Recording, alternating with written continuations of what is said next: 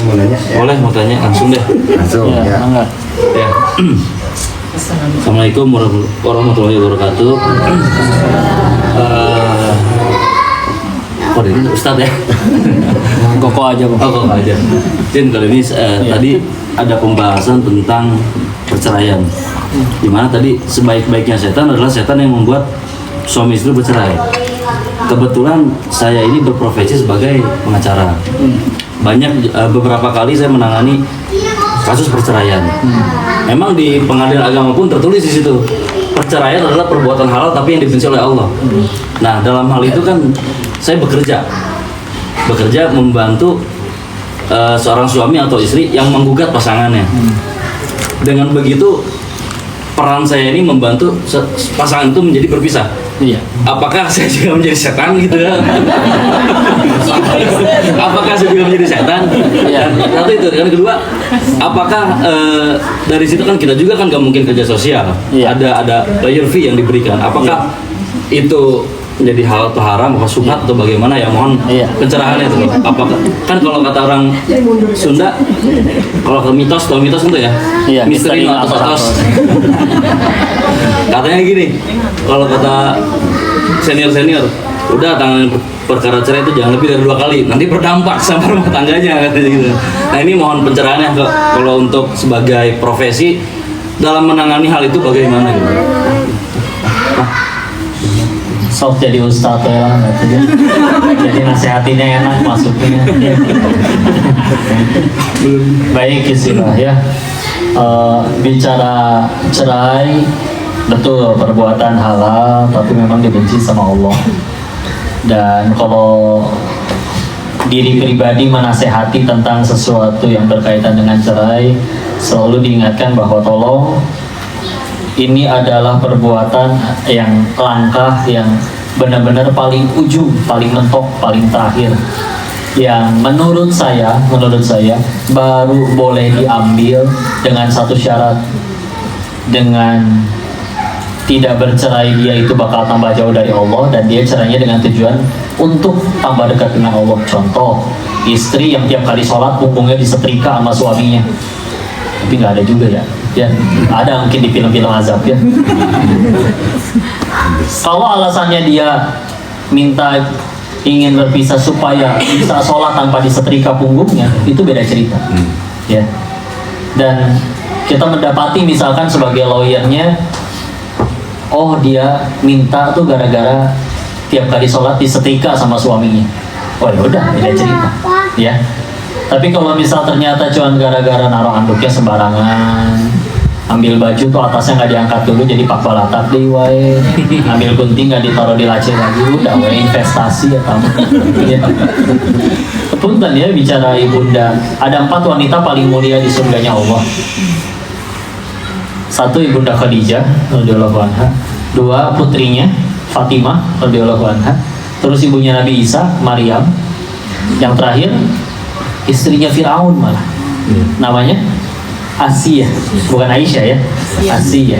Kemana dengan wanita soleha lainnya? Aisyah, Ummu Salamah, Ummu Fatiyah dan lain-lain. Masuk surga, tapi 4 yang paling tinggi derajatnya 4 tadi. Yang 2 kan umatnya Nabi ya, sejaman sama Nabi. Nah, zamannya Nabi Muhammad SAW itu banyak bonus. Contoh, ada malam Lailatul Qadar, malamnya 1 tapi lebih baik dari 1000 bulan. Ada puasa Arafah kemarin 9 Zulhijjah, puasanya sehari dihapuskan dosa setahun ke depan dan setahun ke belakang. Kemarin puasa Asyura 10 Muharram, puasanya sehari, ganjarannya hapusin dosa 1 tahun. Banyak bonusnya kan? Oh, ibarat umur lebih pendek, audisinya lebih pendek, bonusnya lebih banyak. Ya.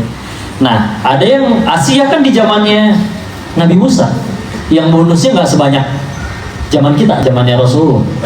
Ya. Gimana ceritanya dia bisa setara akhirnya nyusul lah dengan ketiga wanita yang lain tadi. Walaupun Ibunda Maryam juga beda zaman ya, bukan di zamannya Rasulullah juga. Tapi Ibunda Asia gimana ceritanya? Maka Masya Allah, beliau ngelakuin satu amalan yang pahalanya memang tanpa batas, yaitu nama amalannya sabar. Ya. Kata Allah di Quran surat 39 Az-Zumar, ayat 10, innama yuwaffas sabiruna ajrohum bighairi hisab. Hanya orang-orang bersabarlah yang ganjaran pahalanya disempurnakan tanpa batas. Ya Pak, sholat ada paketan pahalanya segini. Sedekah misalkan Al-Baqarah 261 standarnya dikali 700 kali lipat ya. Tapi kalau sabar tanpa batas. Dan disesuaikan dengan dia bersabarnya terhadap apa nih? Nah, ini kan Asia kan bersabarnya terhadap sengaco-ngaconya manusia, Firaun, ya. Jadi kalau misalnya ada yang berkata, kok suami saya lebih parah dari Firaun, bohong ibu pasti, ya. Kalau suami ibu lebih parah dari Firaun, bu, nama suami ibu yang ditulis di Al-Quran sama Allah, ya. Ya, karena nggak ada yang lebih parah dari Firaun, ya udah, makanya yang dijadiin contoh Firaun. Jadi ya, kalau nasihatnya dari sudut pandang agama kan enak gitu maksudnya, bahwa Bismillah ini gara-gara apa? Karena kalau sekedar sesuatu yang sebetulnya masih bisa dipertahankan, punten lah, bisa jadi ya mungkin ada kezalimannya, ada apa? Misalkan ya suaminya selingkuh, oke secara syariat itu diizinkan untuk istri minta cerai ketika suaminya selingkuh, tapi ya iya, dan kayak seperti itu misalnya. Dan ketika direnungkan kembali, istilah kalau memilih sabar pun istri itu sebetulnya nggak pernah rugi, karena bisa jadi tidak pernah rugi dalam sudut pandang akhiratnya ya. Karena kalau misalnya dilihat dari sudut pandang akhiratnya, kepahitan dia ngadepin suami seperti itu pahala tersendiri luar biasa. Belum lagi pahala sabarnya tanpa batas, ya. Dan pilihannya cuma dua. Kalau kepahitan kan ujungnya cuma dua. Kalau nggak gugurin dosa, pasti tinggi derajat. Cuma itu doang. Yang bisa jadi gara-gara dia bersabar terhadap suaminya itu, bisa jadi dia lebih terjamin surganya daripada yang mungkin suaminya setia. Ya. Mungkin ya, tapi malah jadi lalai gara-gara suaminya setia. Nah, berarti juga yang suaminya setia diomongin, apa kapan selingkuh? Enggak gitu juga. Ya bisi ya. Bisi dapat penggugur dosa ya saya teh. Jadi menyilahkan. Jangan ya. Ngasih ikan asin karena unsur ya. Maka ya udah, tiap orang ada episode fasilitas penggugur dosanya masing-masing gitu. Tapi ya akhirnya selalu diingetin, udah pikir lagi ya, karena sejatinya dari sudut pandang akhiratnya ya pokoknya gimana juga itu suami nggak rugi segitu teh. Asia ngadepin Firaun kan, kalau mau dijujur juga Pak, nggak mungkin beliau nggak punya pilihan. Wanita soleha kok, kenapa nggak mau? Kalau mau pasti ada yang mau. Misalkan nih, aku nyeriin Firaun, ibunda Asianya, mamanya kayaknya mamanya bisa nggak ada yang mau sama ibunda Asia. Udah mantan ratu gitu kan istilahnya, terus soleha, masa nggak mau? Ya pasti ada yang mau, tapi enggak bela-belain ya tetap. Tapi karena dia tahu sabarnya itu yang nganterin dia ke beliau ke surganya Allah, maka itu jadi yang mahal. Jadi emang ya kalau bisa masuk nasihatnya sih selalu istilahnya rujuk. Kalau rujuk saya nggak jadi dapat fee. Itu dia kok. Itu dia kok. Kadang kita ngojok-ngojok, ayo kapan bikin gugatan gitu. Ya udah istilah. Nah, saya tahu kita bisa milih lah ya, milih proyek gitu lah istilahnya. Kalau ibarat ini juga ada teman-teman kayak misalkan kayak arsitek, kalau misalkan yang diminta untuk membangunnya borongannya itu misalkan mohon maaf ya diskotik, ada yang dia milih nggak mau, ya. Jadi ya bisa milih kita mah insya Allah daripada nasihat bisa masukkan walaupun kita tanpa harus dia jadi klien kita gitu ya. Nah, insya Allah ya. Kecuali kalau tadi benar-benar kasusnya, wah ini kalau tidak pisah dari suaminya dia tiap sholat disetrika melulu punggungnya, nah itu beda cerita. Ya. Maka ya, berarti bener kalau misalkan ada yang contoh yang kebanyakan kayak KDRT suaminya narkoba, jadi yang banyak mudorotnya lah untuk anak-anaknya lah. Baiknya apa kalau yang tetap sabar aja kayak istri Firaun atau kalau secara syariat memang ada dosa-dosa yang kalau sampai suami ngelakuin itu istri berhak minta cerai. Yang disebutnya adalah al-kabair ya, dosa-dosa besar. Itu apa saja ya tinggal dilihat ya di buku kitab-kitab dosa besar. Ada kesyirikan, termasuk ya tadi ya kekerasan tanpa alasan ya, terus ya perselingkuhan, perzinahan itu udah termasuk di dalamnya. Tadi mabuk-mabukan, ya judi dan yang lain-lain. Ya memang sih secara balik lagi ya, kita mau lihat dari sudut pandang apa dulu nih? Kalau dari bicara hukum boleh, ya. Tapi guru saya selalu ingetin kayak gini, di atas hukum itu, di atas fikih itu selalu ada yang namanya takwa. Nah, fikih itu cuma bicara hukum, boleh atau tidak, fardu, sunnah, mubah, makruh, haram, ya. Tapi kalau misalkan bicaranya takwa, bicaranya bukan boleh atau tidak lagi, tapi bicaranya adalah Allah suka atau tidak, ya. Kak, silakan aja ditanya, kira-kira ibu menggugat cerai suami itu, kira-kira Allah lebih suka yang mana? Kalau misal ternyata ibu yakin misalkan dengan kisah dan kita benar mendapati buktinya emang ternyata di bekas KDRT-nya ada, anak-anaknya pun ikut jadi korban dan benar-benar ada pelanggaran syariat keras lah di situ. Maka ya secara syariat tadi boleh. Tapi kalau misal ternyata dia memilih untuk bertahan pun aslinya dia nggak rugi. Maksudnya dia nggak rugi.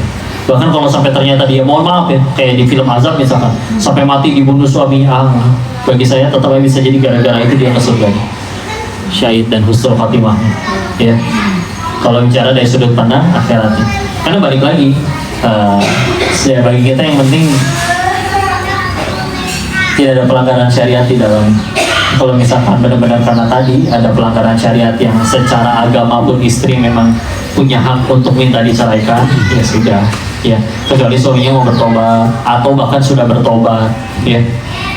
Kita cari tahu dulu, karena kalau ternyata alasannya bukan kayak gitu, cuman ternyata didapati cuman dia karena nemu berondong yang lebih muda aja, kan itu kan beda cerita. Kalau misalkan seperti itu, udahlah, tolong kalau bisa dan terakhir, apalagi kalau misalkan udah dari awalnya dengan cara baik-baik, dia udah istikharah dulu dan ya dengan baik-baik lah ya, nggak yang gimana-gimana. Terus tahu-tahu, karena dengan cara baik-baik pun, misalkan santri sama santriwati, soleh sama soleha, kepacaran, terus ta'aruf juga, apakah berarti nggak akan ada masalah? Tetap sih bakal ada masalah, cuman ya kan lebih mudah kalau misalkan caranya baik-baik, kita tuh lebih mudah untuk menganalisisnya. Oh, ini pasti waswas syaitan. Kayak suami ini misalnya, Pak, kita jadi suami hidup lurus, nyampe rumah suami ambekan wae, kita bisa fix, asal saya nggak ngelakuin dosa apa-apa, fix, maka pasti ini lagi digoda syaitan. Nanti saya doain aja, atau didoain atau gimana, tinggal sholat atau bacain Quran atau gimana, udah bismillah, ya. Tapi kalau misalkan kita di luar juga, mohon maaf, sambil maksiat, nyampe rumah istri marah, ini kita bingung nih, ini marahnya gara-gara Allah yang bikin hatinya jadi benci sama saya, gara-gara saya bikin dosa untuk gugurin dosa saya, atau apa nih? Nah, enaknya lurus kan kayak gitu. Jadi kita tahu nih mesti ngapain, ya. Jadi kalau kitanya sambil nggak lurus, bingung, ya Allah, ini istri marah kenapa nih? Ya. Pengen marah belum siap ngakuin dosa, pengen minta maaf nggak siap ngakuin dosa. Jadi terlalu banyak ininya ya, timbangannya. Maka balik lagi, di atas fikih selalu ada yang namanya takwa. Bicara hukumnya mah berarti tadi ya masih boleh, Pak. Kalau misalnya kita dapati benar-benar ada pelanggaran syariat keras dan ini untuk memperjuangkan haknya yang memang ya kita tahu dianya baik, suaminya ngelakuin dosa besar dan dia pengen pisah untuk tambah dekat sama Allah, ya itu sih beda cerita. Silakan kalau masih mau diterima. Tapi makanya tadi kelihat lagi alasannya gimana, kasusnya seperti apa. Kalau misalkan cuma sesuatu yang istilahnya ya hal-hal sepele mah ya, udahlah konsultasi gratis aja, nih nasihat dari saya mah begini. Terakhirnya ini Gratis ya. Saya kok makasih dulu. Kalau lagi jadi lawyer pakai peci kayak gini juga. Allah besok. Waktu di sekolah pakai peci kok.